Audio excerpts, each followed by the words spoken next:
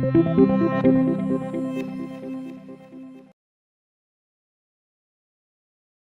everyone. So I would like to ask you, if you had the chance to change 3 things in the world, what would they be? Any ideas? Any suggestions? If you could change 3 things in the world, what would they be? Yes, Grace? The climate change.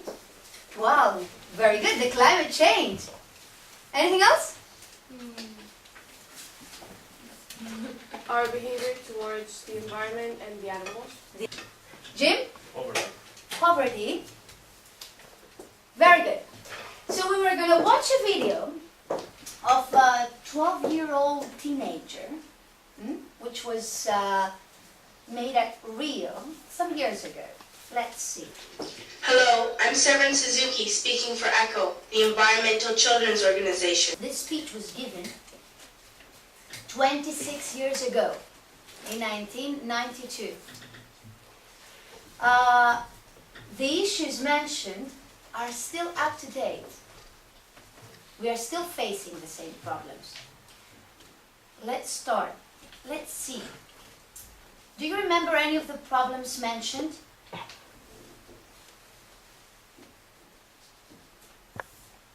She talked about the holes in the ozone layer. Yeah. Yeah, the depletion of the ozone layer. Very good. Deforestation. Deforestation. Animals going extinct. Extinction of animals, yes. Poverty. Poverty. Water pollution. Power pollution. How? Water pollution. Extinction of plants. Extinction of plants. These are some of the environmental problems, environmental issues that we were facing and we are still facing nowadays. All these kinds of pollution, where do they come from? How did they appear? Why are we talking about pollution nowadays? Yes, Alex. Because humans. We pollute the air with gases from cars, the water with... From human activity, basically. Very good. There is a kind of pollution which is not mentioned over here. It's called waste pollution. Any idea of what waste pollution is? Stelios? I think the waste that we produce from our use in home and in businesses goes and ends up in the sea or in some place that it shouldn't be at. Very good. Anyone else? So what is waste pollution? It's a pollution that occurs due to the huge amount of waste, basically, that we have. Is there anything we can do? Any suggestions? Recycling. Recycle. Yes. We can change our things that we do in everyday life and move to things that will help the environment. Very good. Change our attitude. This is really, really important. Yes, Alexander. Live a waste-free life. Very good. Recycling. Basically, recycle and reuse. This is really important. This is a key point for our project. We could find alternative ways to use some things, reuse other things, and reduce the frequency that we use plastic, for example. So you are more or less talking about a circular process. Am I right? Yeah. Very good. Okay. What are these? They are made of plastic. They are. What are they? Spoons, and they are made exactly. What are they made of? Plastic. Is plastic useful? Yes. It's really useful, and nowadays it's really cheap. Okay, so that's why we use it. Is it eco-friendly? Peter? No, Why not? because we make it and we cannot use it for something else. Well, can we reuse it? No. Can we recycle it? Yes, we can. Yes, we can recycle plastic. We can recycle plastic, and so why isn't it eco-friendly? Stelios? Because it takes a lot of years to break down in nature. so it pollutes the environment. Exactly. It needs thousands of years to decompose. What are these? Spoons. What do you think they're made of? How do they look like? Is it wood? Yeah, they look like wooden spoons, don't they? Well, basically, they're not wooden because they are eatable. They are made of a plant. So these are edible spoons made from sorghum flour, a crop commonly grown in South Asia, Africa, and Central America. The spoons are durable, easy to eat, and come in 3 flavors, which are plain, sweet, and savory. They were founded in 2010 by a company, an Indian company called Bakers. Interesting, right? Okay, what is this? What does that look like? What do you think? What is it? What does it look like, Alexandra? I'm not sure, but I think it's a brick. It's a brick. Okay, it's a brick which is made from, you cannot imagine. Any ideas? Sponge? No, it's not sponge. It wouldn't be a brick if it was from sponge. But it's made from urine. Yes, indeed, it's made from urine. World's first human urine brick. South African university researchers have created bricks using human urine. These are all objects made from bio-based material. Made actually, yes, And why aren't they used? yes, It might be expensive. they are really expensive. They're usually not as efficient. Exactly, they are usually not as efficient as you said. They are expensive, and yeah, they don't have the same characteristics as the other ones. For example, plastic, which is made from plants, might melt in high temperatures. That fact makes it not as useful as the plastic that we are having in our everyday lives. So that's basically the reason. But there is a research being done, and that's why we need young scientists to find ways to overcome these problems mentioned, okay? So these are all materials, bio-based materials.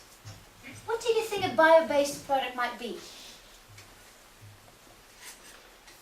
Oh, this is a bio-based car, for example. World's first circular car, Noah, mainly made by flax. Flax is Eirini. So what is a bio-based product? What is it? What do you think? It's a product. That comes from plants that is eco-friendly. Exactly. So the term bio-based product refers to products wholly or partly derived from biomass, such as plants, trees, or animals. The biomass may have undergone physical, chemical, or biological treatment, of course. What do you think? What is biomass energy? Yes? Using biomass for cars, like the biodiesel. So basically, very good, Alexandra. Producing energy, biomass. And what is biomass? What is biomass? What do you think? Grace? Plants, animals, you said, trees and all these. Very good. Do the plants create energy? No. Do the plants create energy? Yes or no? No. They do. No, yes. You have to agree on something. They might be used as energy. They might be used as energy, but what do they produce energy on their own? In a way. In what way? In what way, yes? They produce oxygen, and that's kind of... Okay, oxygen is a gas, but do they produce energy? No. To photosynthesis. There are 2 processes that they are doing. The one is called photosynthesis, and the other one is called respiration. So what do they do through the process of photosynthesis? They get in They get sunlight and water from the roots. Sunlight, water, And plus carbon dioxide. Oxygen. And then they use what? you have to agree on something. What do they do in photosynthesis? Yeah. They get in. In photosynthesis, the plants. They get in. Number one, water. Number two, they need sunlight in order to do the whole process. And carbon dioxide in order to produce. Oxygen. And glucose, oxygen and glucose. This is the first reaction that takes place in the plants. What do they do with the oxygen that they produce? They release it. Well, part of it is being released, and the other one is being used for another process, which is called Respiration. respiration. Do you remember the reactants on the respiration process? Okay, it's oxygen Yeah. plus glucose, and they give out Water. water, And carbon dioxide, and And energy. So, the plants are one of the best engines of energy production because they produce energy on their own. Okay, let's see. Plants are great engines of energy production. And what about biofuels? What do the biofuels do? The biofuels are fuels made of Biomass. biomass, so basically plants. Bioeconomy. What is bioeconomy? Now we have already discussed about biofuels and bio-based products. So what would bioeconomy be? Any suggestions? What should it be? What is bioeconomy? I think that it might be economy that we make in order to ensure that we have biomass products. renewable resources. Yes, renewable sources of biomass products. Very good. The economy based on bio-based products. For example, we can use eco-friendly renewable energy. Correct. Any other suggestions? So bioeconomy is the economy based on biological products. Clear? The bioeconomy is a circular economy that uses renewable biological resources from land and sea, such as crops, forests, fish, animals, and microorganisms, to produce food, materials, and energy, such as the biofuels that we mentioned before. Any questions?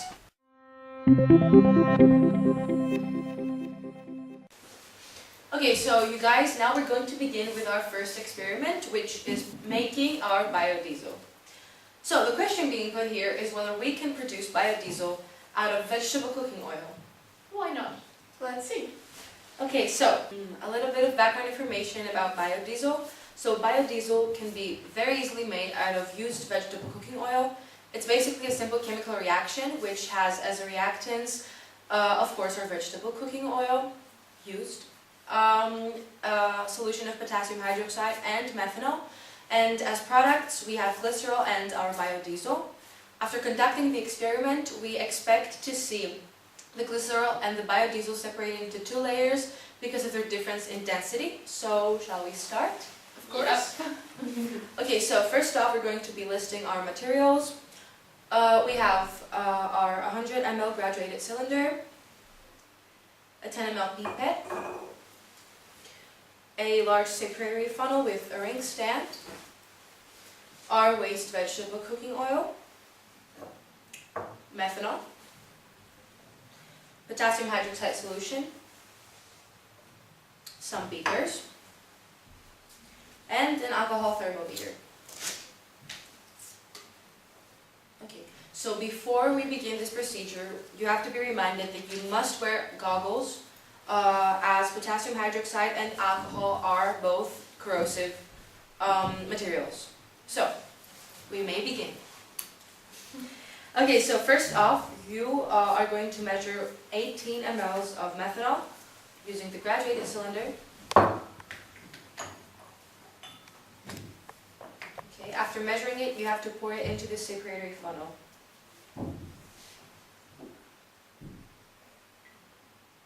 Tell me when to stop. Stop. So we close it. That. Okay. Estimating because we have 10 mLs. We need 8 more. 18. 8 more. Yes.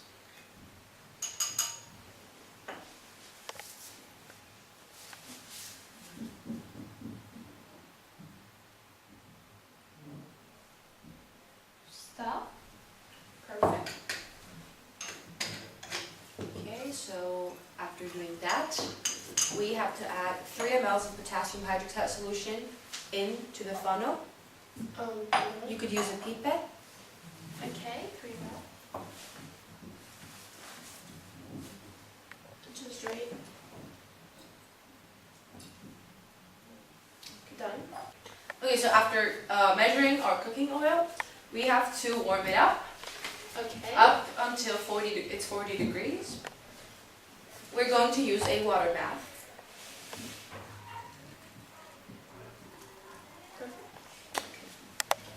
I'm using the thermometer. We have to keep constant track of temperature.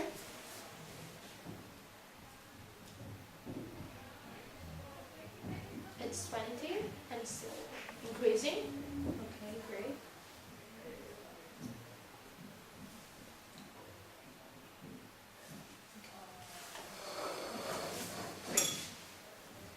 Okay. We just moved it a bit just to Yeah, have 25 degrees. Okay, great. We moved it a bit just to have a more Clear clear view, vision. yeah.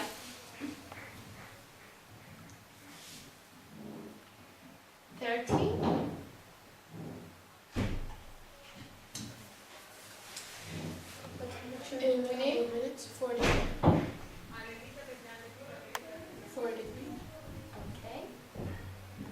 It's still 31, 32. Okay. So gradually increasing. Yeah. Great.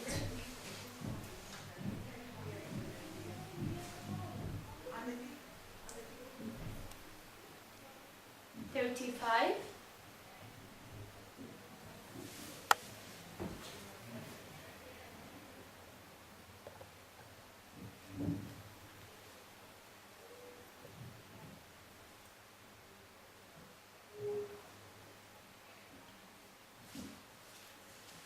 Okay, after it reaches 40 degrees, you quickly put it in the funnel 40, and start 40. swirling. Yeah, Okay. yeah, 40. Perfect. So put it inside. It is closed. So This procedure has to be done quickly, just for the reaction very quickly. Yeah, yeah. to not Perfect. fail. So start spreading. So they hold the cap. Okay. And of course, occasionally release any pressure. Yeah. Okay. Because there is some air pressure that is created during You can hear the it. procedure. Okay. Yeah. Great. So how long do we have to mix it Okay, so for? this will be going on for about 10 minutes. 10 minutes, yeah.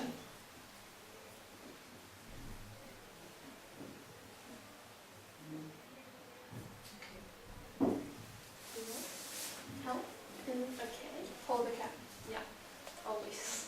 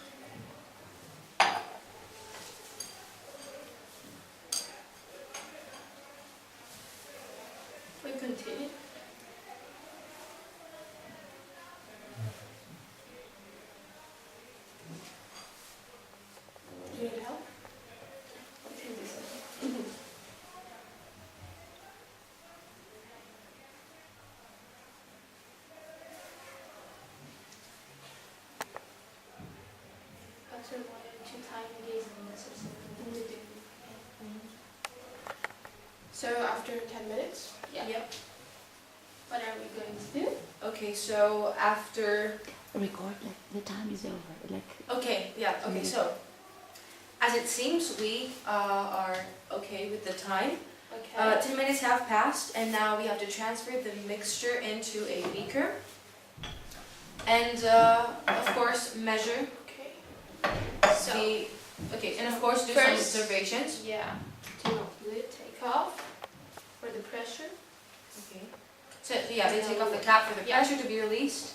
And now we make the observations concerning the color, the viscosity, and the odor of the mixture, as written in the table. Okay. Okay, so tell us a little bit about the color, the texture. It is yellowish, it is not clear, not transparent at all. Okay. About the texture, not much to say.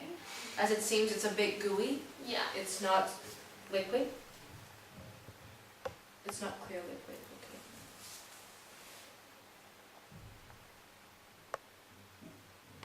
Okay, and what about the odor? The odor? Not much odor. Yeah. Not much to Okay. say. Okay. Just Okay. a little hint of the oil, but nothing. Yeah. really. So. Now we are going to let our mixture sit for 24 hours. Of course, after 24 hours, we're going to recollect our observations and measurements in order for us to, in the end, collect the biofuels. Okay, so after waiting for 24 hours and letting our solution sit, we finally have our glycerin and biodiesel separated. Okay, so first off, we're going to move on with our second experiment, during which we're going to be testing our biodiesel and its efficiency, which will be handed over to Haris. And of course, our third experiment, which we'll be conducting after that, during which we're going to be using our glycerin in order for us to make soap out of it, which Gilda will be conducting. Okay, so I may now pass the floor to Haris for the second experiment. Are you ready? Of course. Let's start the second experiment.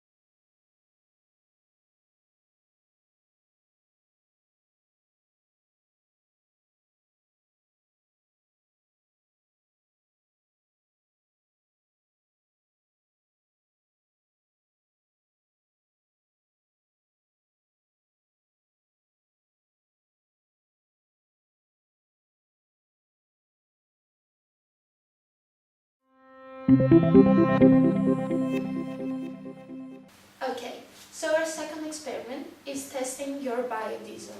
The question given is, how does biodiesel compare with other fuels? Let's test it out. Combustion involves a series of chemical reactions between a fuel, for example, hydrocarbon, which is an organic compound of hydrogen and carbon, and we need also oxygen. This results in a major reorganization of both matter and energy. So before we start, I'm going to list our materials. First, we need a glass rod, then a clay triangle, a tripod stand, forceps, ring stand with ring attached, one crucible,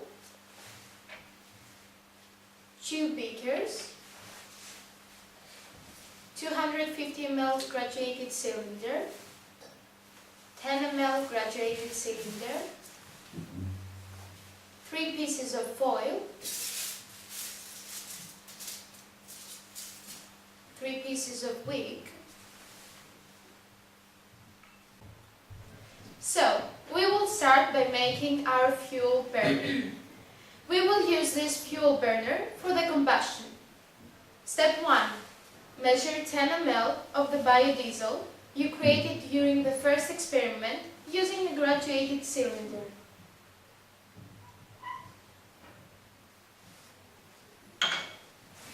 Step 2. Soak entire the wick into the fuel.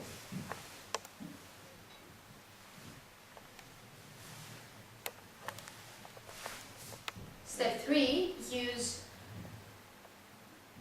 the glass rod to submerge the wick.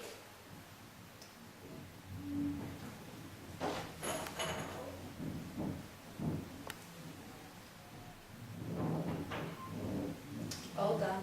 Okay. Step 4. Position the wick in a crucible in a way that part of it, about 1/4, is outside the crucible.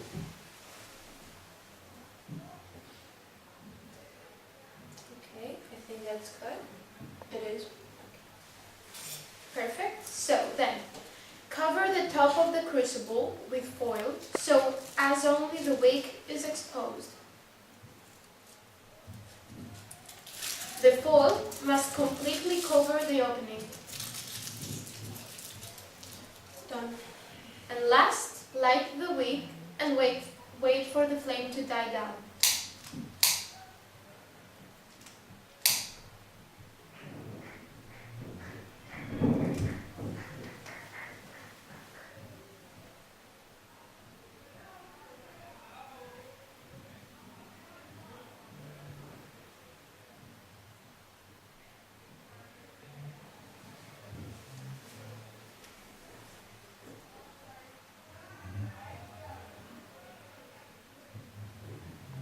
Okay. Perfect. For the second stage, we will observe the process of combustion. Step 1. Record the mass of the fuel burner using the scale on the data table. Okay. How much is it? 22.6 grams. Okay, so we're writing that down in our data collection table. Okay, then measure 200 ml of water using a graduated cylinder.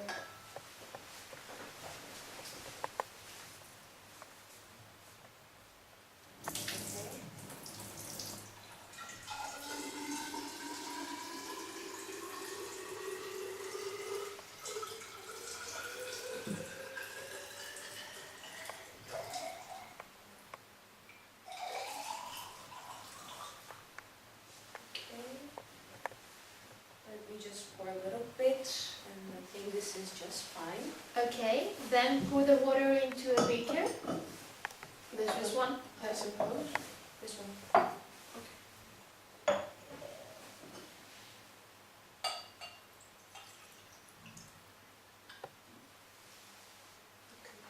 Place it on the scale and record the mass of the water into the beaker on the data table.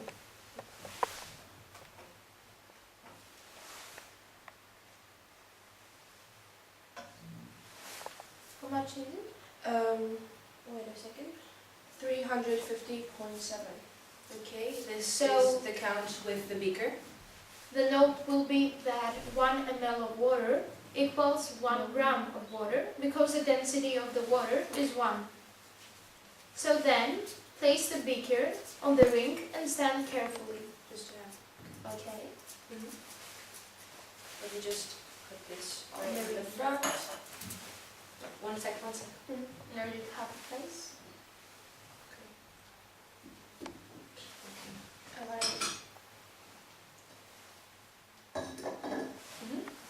To measure the initial temperature of the water, hold an alcohol thermometer in the water so that it does not touch the sides of the beaker. Record the temperature into the data table. Okay, so it seems it's approximately 18 degrees. Okay.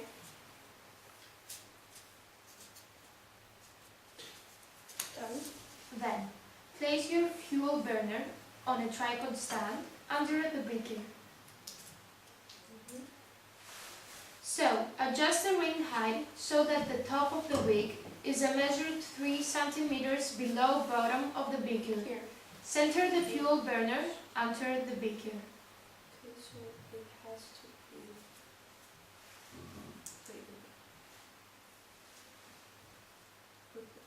Please Put it down a little bit. A little bit more. Alright, no, I think it's okay. Great.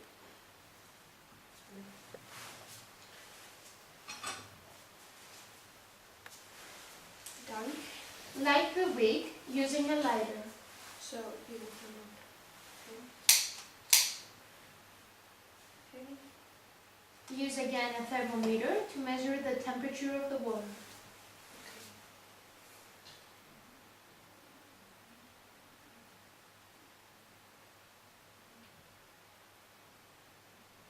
Use a thermometer to stir the water periodically.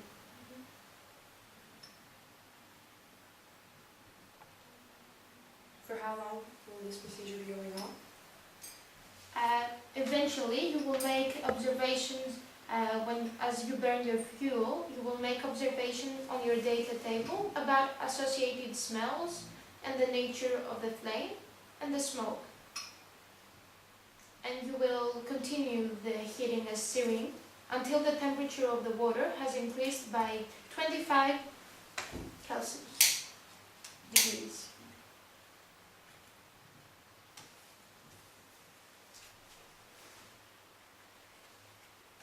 I think it's okay. What's its temperature? Okay, so its initial temperature was 18 degrees, and we will be measuring the changes up until it's about 37 degrees. 37? 40? 47. No, just 40.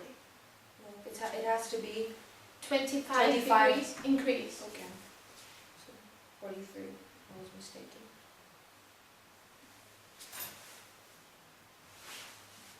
What's the temperature? It's risen at about 20 degrees. Okay.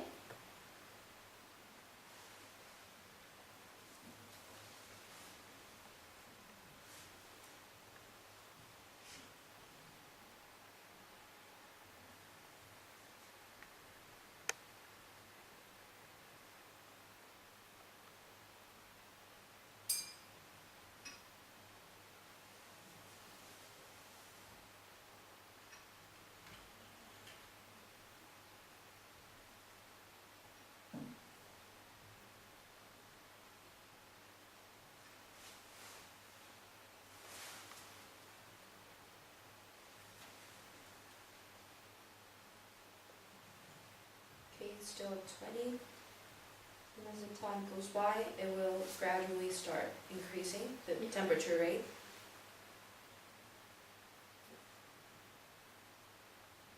It's about 21 now.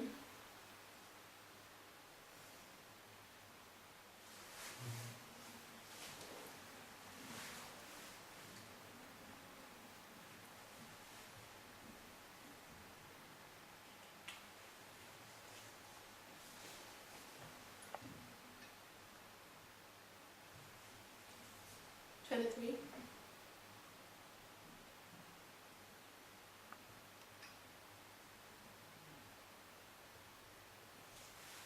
It's a long procedure, so have patience.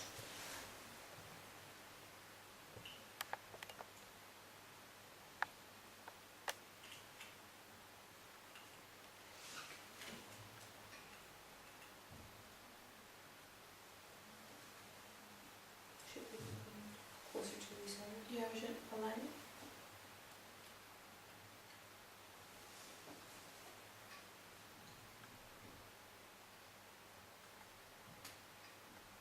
$25.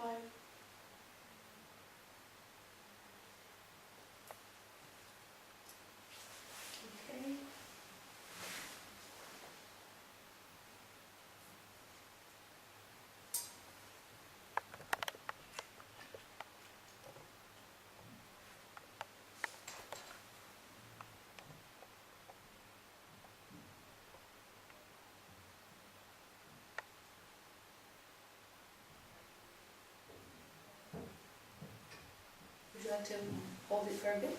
Of course. Just to give me a rest for a few seconds. Almost 27 degrees.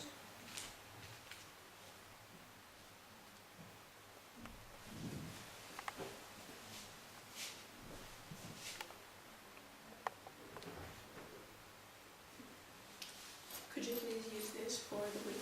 Yeah, of course. Thank you. We're constantly adjusting the wick because it is being constantly burnt in order for it to have the 30 meters space between the wick and centimeters. Centimeters.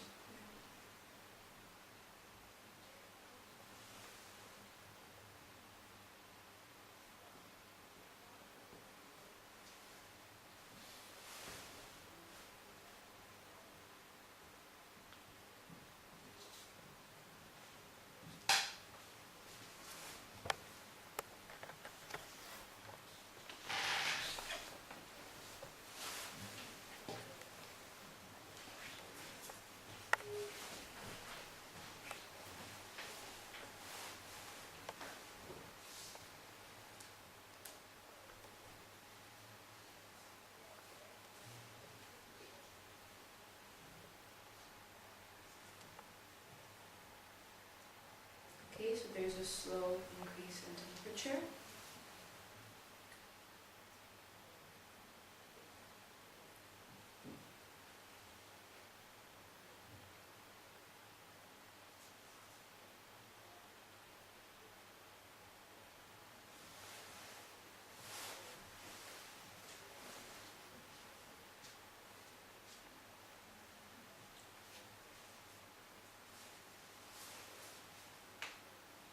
The wick plate, of course.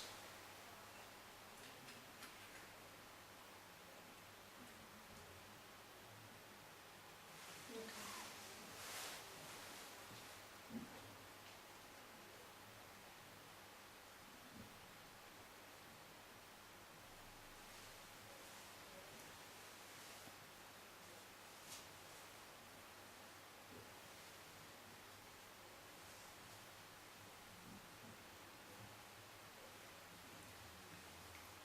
28 degrees.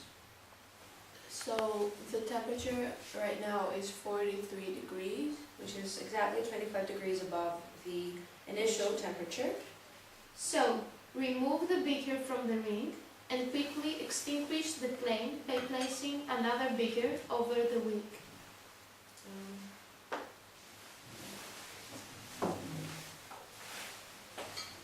Okay, so the flame was extinguished by itself, as it seems. Okay. Then, calculate the heat transferred in water by using the following formula. Heat energy equals mass of the water and multiplied by specific heat capacity of water, which is 4.100 4.186, Times difference in temperature. and then multiplied by the change in temperature, the change in Okay. temperature, which is 25 degrees. Exactly. We're going to need a calculator for this. Okay. Okay. Well done, girls. The next part is to repeat the same steps by using different fuels, ethanol and petrol. It makes sense because by using the measurements of the efficiency of these two fuels, we're going to compare the results of these two fuels and our biodiesel in order for us to end up in how efficient this biodiesel actually is.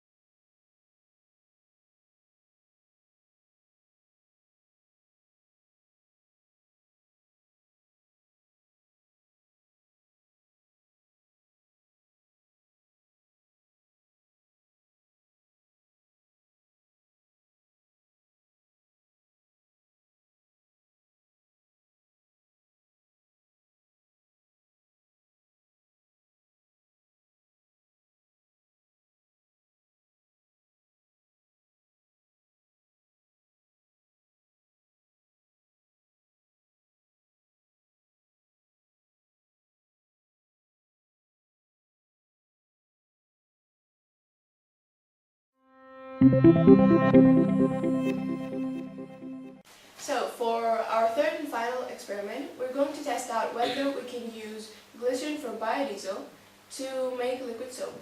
Nice. Interesting.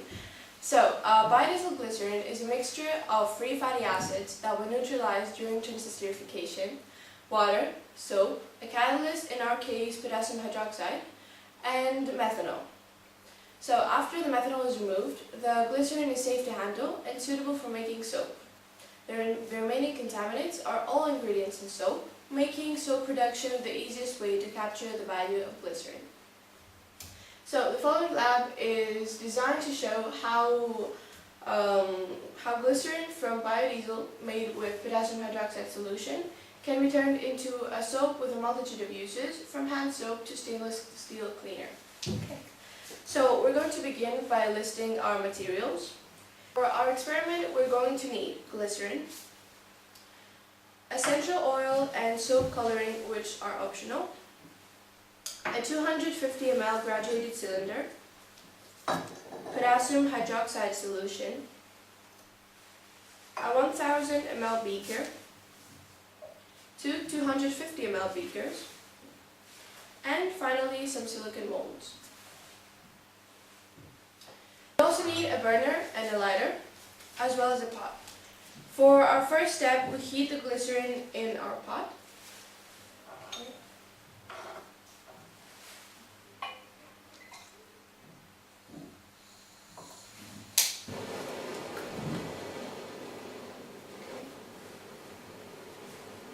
We wait for a couple of minutes for it to heat up.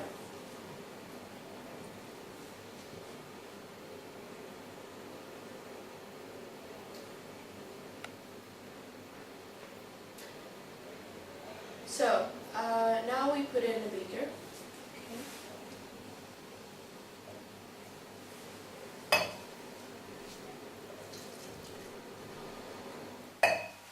Perfect.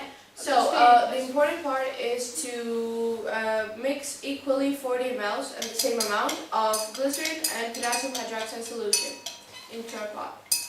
Okay, so we will add about 40 ml, the amount equal to glycerin, into our pot. And we are going to stir it. Okay, let's measure it in this little beaker right here.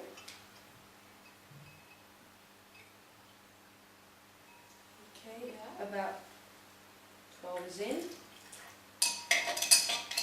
28 more to go. So stir. Okay, another 10. After you've added your catalyst, it's the perfect time to add soap coloring and the essential oil. Okay, when you get a big pour. Okay, and we're okay. Okay, so now add the essential oil and the soap coloring. There we have our glycerin, our potassium hydroxide solution, essential oil and soap coloring.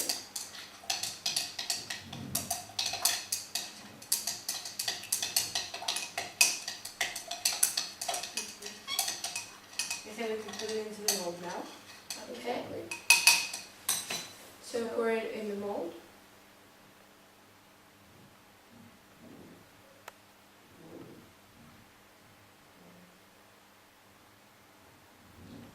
So now we'll leave it in the mold for a couple of hours in order for it to set and dry completely. Now this is an example of the soap that we produced in the previous time that we conducted the experiment. So I guess we'll leave it to dry completely and then we're done. So girls, this is the end of our experiment. Thank you very much for your time. It has been a very interesting procedure. Yeah. For all of us. Thank you. Thank you. Thank you.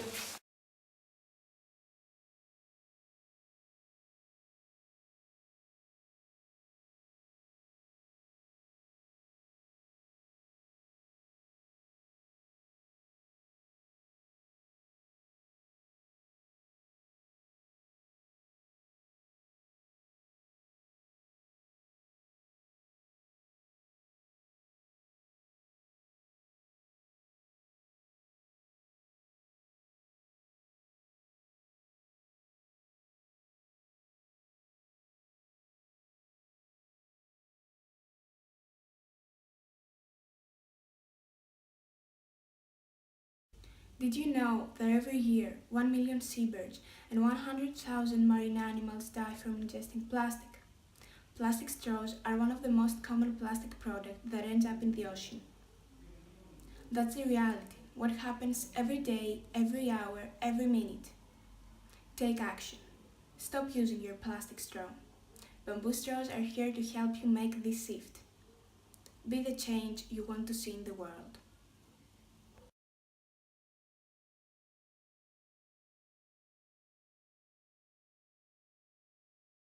What makes plastic so harmful to our environment is that it's non-biodegradable. It only starts degrading after 700 years.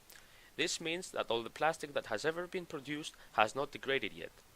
Even when it degrades, it does not turn into some other form that gets absorbed by nature. It only breaks down into smaller toxic bits of itself. It's forever there. But you can help save our planet by using biodegradable plates made from renewable sugarcane. Sugarcane plates are strong and cut resistant and also BPI certified, and they meet ASTM standards for compostability, making them a safe and great alternative to plastic, while saving the planet from pollution in the process. Stop using plastic and start using sugarcane plates for an unpolluted earth and a better tomorrow.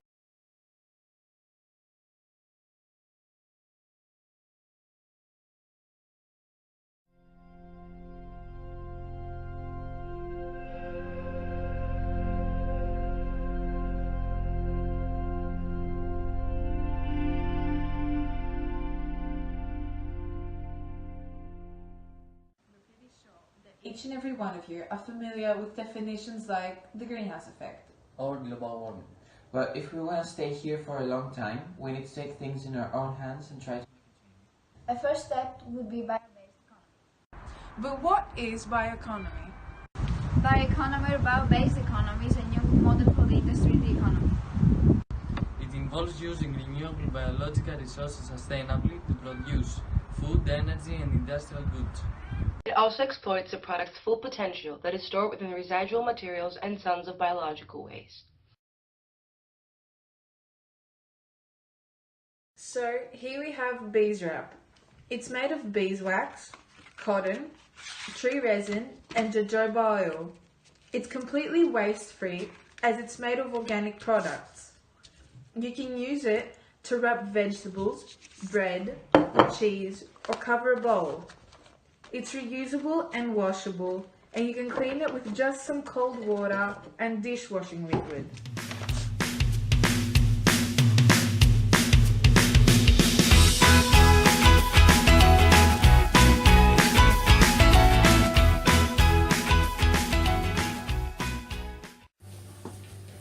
What are you doing?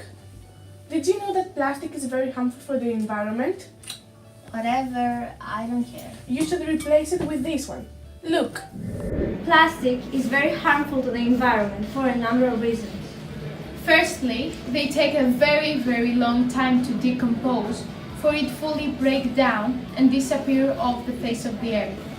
It can take anywhere between 450 years to 1,000 years. Secondly, they are made from unsustainable products such as coal, crude, oil and petrol. Last but not least, it poisons our food chain, affects human health and kills animals. It impacts nearly 700 species in the ocean. This placement of cork is a bio-based plant product. Bio-based are products wholly derived from biomass. And it is renewable energy product. It is environmentally friendly, can be recycled and biodegrade. Oh my god, you are totally right. I wanna be eco-friendly. That's my girl.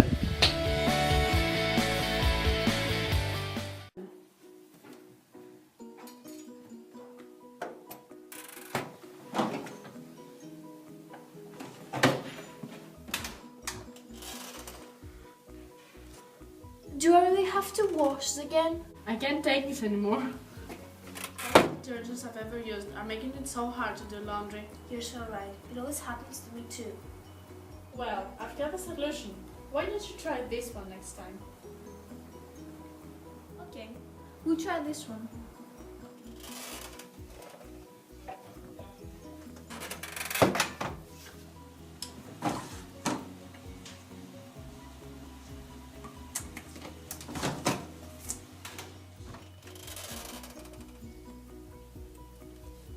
Oh, this one actually works. I can't believe it.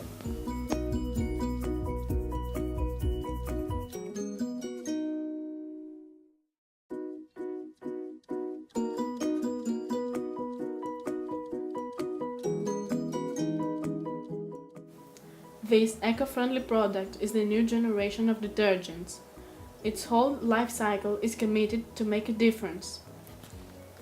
The detergent is produced at a zero manufacturing waste using 100% renewable wind power electricity. The bottle is recyclable and the product itself is bio-based. Bio-based, bio-based.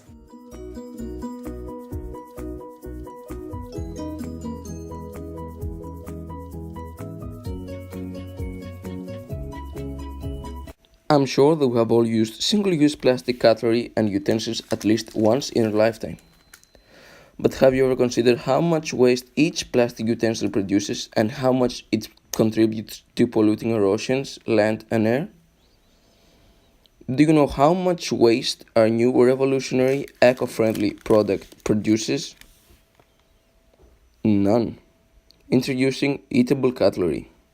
They have a base of wheat and flour and come into 3 flavors: plain, sweet, and savory. You can eat them when you're done eating your main course.